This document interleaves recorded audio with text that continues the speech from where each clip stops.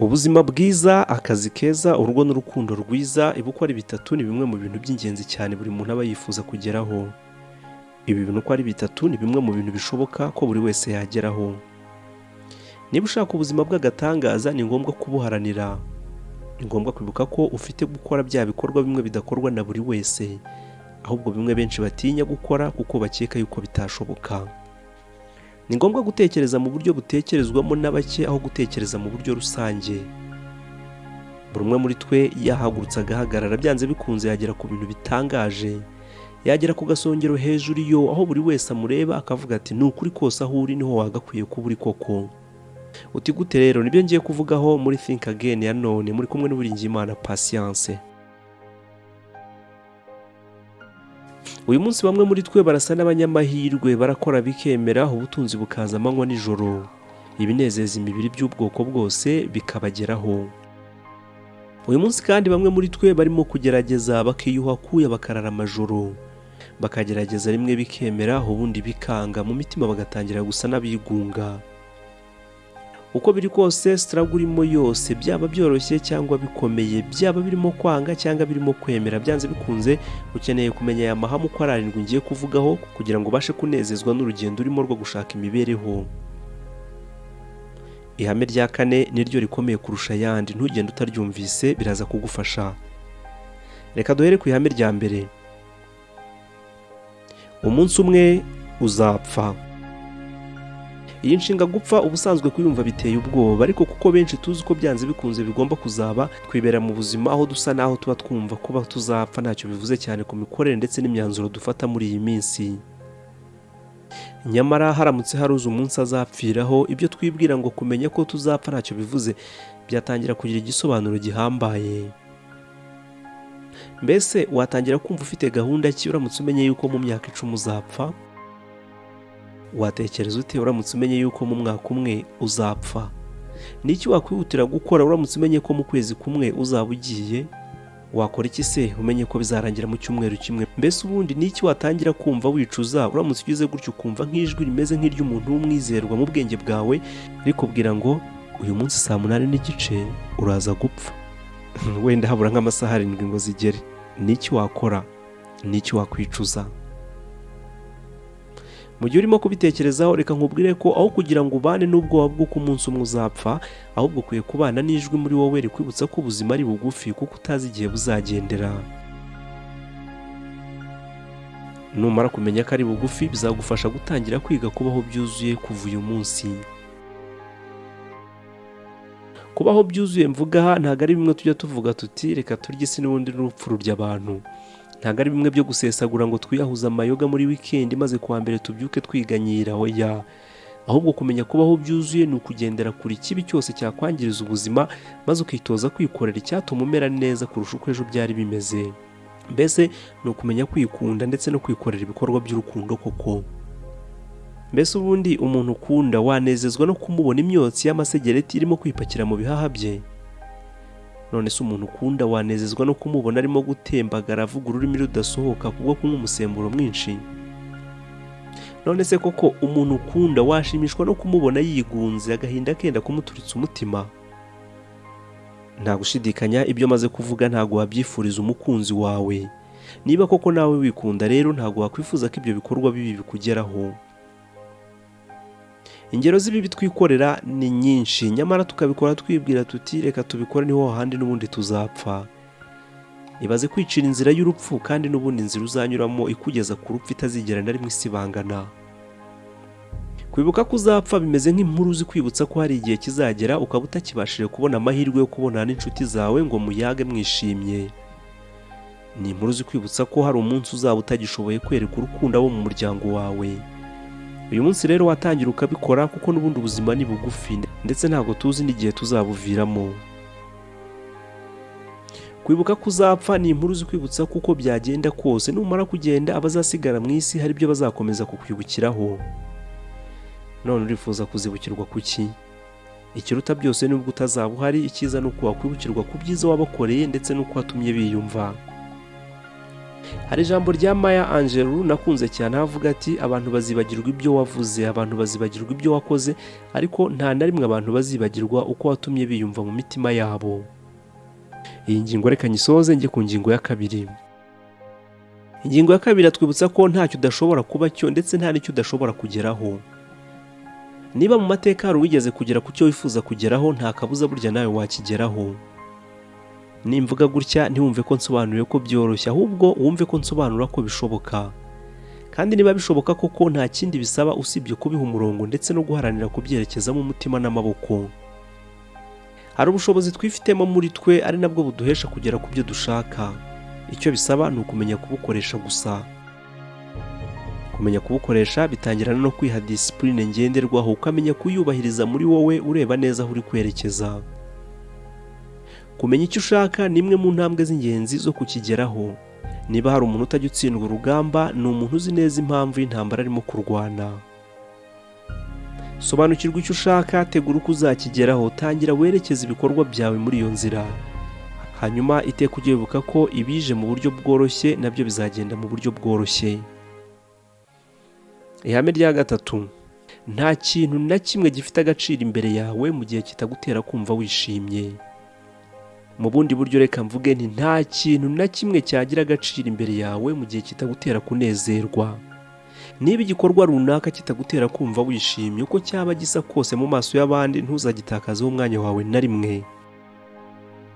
Niba urimo gukora akazi runaka ukaba wumva buri munsi kaguhoza ku nkeke, kucyumva agakomeza, kandi uko bukeye n'uko bwije ntacyo kamara mu kubaka ibyiyumviro byiza muri wowe. Niba uri mu rukundo n'umuntu runaka, buri munsi ukaba wumva usa n'ufite ihungabana kubera we. Mujya guhura ugahinda umushyitsi kubw'imyitwarire y'imbere yawe, mbese ukaba wumva udatekanye kubera uwo witwa ko mukundana. Kubera icyo wibwira ko hari igihe kizagera ukabona ibyishimo kubera we. Ibuka rya hame rya mbere natangiye mvuga, ubuzima ni bugufi ndetse nta nubwo tuzi igihe buzagerera ku musozo. Niba ari uko bimeze rero, kubera icyo wumva wategereza kuzishima mu myaka iri imbere kandi utazi ko uzaba wagezeyo? Biratangaje ukuntu umuntu yemera kwizirika ku wundi, umugabo cyangwa umugore akaguhoza ku nkeke, akagukorera itotezwa ryo mu marangamutima n'iryo ku mubiri. Ariko aho kwibohora iyo ngo ukemera kubyakira, uboshye wararemewe kumva uburibwe.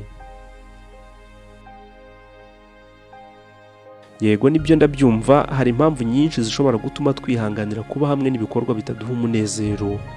Ariko ikiruta byose ni ukwibuka ko umunezero ari cyo kintu gikomeye dukeneye ngo twumve ubwiza bwo kuba ku isi. Niba ari cyo kintu gikomeye ukaba ubyemera, wibuke ko nta kintu gikomeye cyoroha kukigeraho. Bizagusaba kwemera kugira ibyo wigomwa kugira ngo ubone umunezero. Bizagusaba gufata imyanzuro rimwe na rimwe itazashimisha inshuti n'imiryango, ariko wowe ikuganishe ku munezero. Wowe ubwawe uri unique. Uburibwe bw'umubabaro wumva ni wowe buremereye, nta wundi ubugufasha kabone n'ubwo yagutega amatwi bingana iki. Ntibikuraho ko umutima w'umuntu ari wo wimenyera kawo kababaro. Buri munsi ujye wibaza iki kibazo: mbese ibyo ndimo gukora cyangwa kunyuramo birimo kumpa umunezero? Niba igisubizo ari oya, ujye uhita wibaza ikindi kibazo: mbese ubu bwitange n'uburibwe ndimo kunyuramo biranyerekeza ku mibereho izampa umunezero? Niba nabwo igisubizo ari oya, uzazinga utwangushye uve mu byo urimo. Ihame rya kane: iteka ujye uharanira kuba wowe wa nyawe. Ni agahomamunwa ukuntu abantu benshi muri iyi si bibera mu buzima bo batifuza kubamo, kubera ko bahisemo gutegera amatwi yabo imiburo y'abandi babayeho muri ubwo buzima nk'ubwo nyine. Tuzi benshi bajya bafata imyanzuro y'ibikorwa runaka mu by'ukuri kubera ko yumvise ko bishoboka, nyamara muri we atazi iyo biva n'iyo bijya. Ni kenshi tujya twumva mu nkiko ababurana basaza imigeri bati ndasaba imbabazi rwose, biriya bikorwa ntago nabikoze ku bushake ahubwo narashutswe. Nta kintu na kimwe cyaruta kuba wowe wa nyawe, wowe ubasha kwifatira imyanzuro, wowe ubasha kugisha inama, ariko ntiwirengagize ijwi ryo mu mutima wawe. Wowe wa nyawe nyiri inshingano ku mibereho yawe. Kuba mu buzima bwo kwiyibagirwa ni rimwe mu makosa akomeye cyane. Ni rimwe mu makosa guterura akagutereka mu isi yo gutangira kwigereranya n'abandi kandi mutari kimwe. Umujura ukomeye w'ibyishimo ni ukwigereranya n'undi muntu uwo ari we wese. Uri wowe ndetse w'umwimerere, kandi iyo niyo mpano ikomeye Imana yaguhaye. kubikoresha no kubyiyumvamo nibyo birema ibitangaza mu isanzure, nibyo bituma bamwe baba ibyamamare twese tukabamenya, nibyo bizatuma wubahwa kuko uri wowe apana undi mu mwambaro w'isura yawe. Ihame rya 5: muri iyi si yuzuyemo imibereho y'uburyo butandukanye, tuzi benshi bafite ubutunzi ndetse bwinshi, ariko muri bo bameze nk'ikibiriti kitari mu mwambi n'umwe. Ubutunzi ntabwo buzatuma wumva wuzuye, umubare w'abantu muziranye ntabwo uzatuma wumva wuzuye. Hari imvugo nasomye ijya guhuza neza n'ibintu ndi kuvugaho, aho bavuga ngo kumva udafite irari ry'ibintu runaka nibyo bikurura buri kimwe mu bizakugirira umumaro. Aba bashaka kuvuga ko umunsi wagize ubushobozi bwo kumva udakeneye ikintu icyo ari cyo cyose hanze yawe kugira ngo ubashe kwishima, aribyo bitangira kugukurura ibintu by'agatangaza ndetse bigufitiye umumaro mu buzima bwawe. Gusa nubikora hanyuma ntihagire icyiza, nawe urabyumva ntacyo bizaba bikubwiye kuko n'ubundi ntabyo wari ukeneye. Iyi ngingo tuyumve neza, ntabwo kuvuga ko wumva ntacyo ukeneye ngo wishime bivuze kurenzaho. Wenda reka dufate urugero, ukaba urimo gukunda umuntu runaka ukagerageza ngo urebe ko nawe yakwiyumvamo ariko bikanga. Nuramuka ufashe icyemezo cyo kwigira nkaho utamukeneye, ntuzibwire ko koko utamukeneye. Uzaba wigize nk'utamukeneye ariko mu by'ukuri umukeneye. Ubwo rero nataza byanze bikunze uzababara. Hari agatekinike abantu baba mu rukundo bakunze gukoresha kugira ngo bongere batere abo bakunda n'inyota yo kubashaka. Ni agatekinike bita radio silence technique. Ahangaho umuntu aragenda akicecekera akigira nk'aho adakeneye umukunzi we, maze undi nawe akagenda akamukumbura ejo cyangwa ejo bundi ukabona wa muntu atangiye kwizana utamutakajeho imbaraga nyinshi. Nubwo ibyo bishobora gukora ariko nawe uba uri ku nkeke. Muri make ntabwo uba wishimye ahubwo uba witanze nk'igitambo. Ibi rero bitandukanye na rya hame natangiye mvuga. Ihame rya 6: iteka ujye uri kumwe n'abantu beza cyangwa se abantu bazima. Ntabwo dukwiye kugena icyumba cy'abantu babi mu buzima bwacu. Abantu bazima nibo bakwiye kwisanzura mu byumba by'intekerezo zacu, kuko uko bakwirakwira muri ibyo byumba niko n'ibyo byumba birushaho kwaguka. Gutinyuka kuba inshuti n'abacantege ni kimwe mu bintu bibi uzaba ukoreye ubuzima bwawe. Imwe mu mpano zikomeye umuntu yakwiha ntabwo ari imiringa ya zahabu, ntabwo ari imyambaro y'agaciro kanini, ahubwo ni uguhitamo inshuti nziza muri ubu buzima. Ihame rya 7 ari naryo rya nyuma muri iki kiganiro: iteka ujye uhoza ubwenge bwawe ku byo ushaka. Buri kintu cyose werekejeho ubwenge byanze bikunze uzakigeraho. Niwerekeza ubwenge ku bitekerezo by'imigirire mibi, nta kabuza uzaba mubi. Niwerekeza ubwenge ku rwango, umujinya, ishyari n'inzika, nta kabuza uzabana nabyo. Kimwe no ku bintu byiza, niwerekeza ubwenge bwawe ku bumuntu uzabugeraho. Niwerekeza ubwenge ku munezero n'ibikorwa biwutanga, nta kabuza uzawugeraho. Uyu munsi nugerageza ikintu runaka ariko kikanga, ni wowe ufite ububasha bwo kubona icyo bisobanuye. Ushobora kubibona nko gutsindwa cyangwa ukabibona nk'isomo wigiyemo. Uwo wakundaga nagusiga akagenda, ushobora kubibona nka deception cyangwa ukabibona nk'ibuye rikomeza imfuruka yubatse imyitwarire yawe.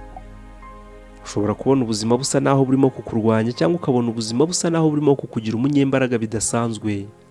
Kugira ngo wumve agaciro ko kubona ibintu mu buryo bwiza, buri munsi ujye wibuka ko niduhindura uburyo tubonamo ibintu, nta kabuza nabyo bizahinduka. Jya kuri chaîne ya YouTube yitwa Think Again, maze ukande kuri subscribe ndetse no kunzogera ya notification, maze ujye ubasha gukurikira ibiganiro nk'ibi ako kanya tukimara kubishyira kuri chaîne. Mugire ibihe byiza, mwari kumwe n'Uwiringiyimana Patience.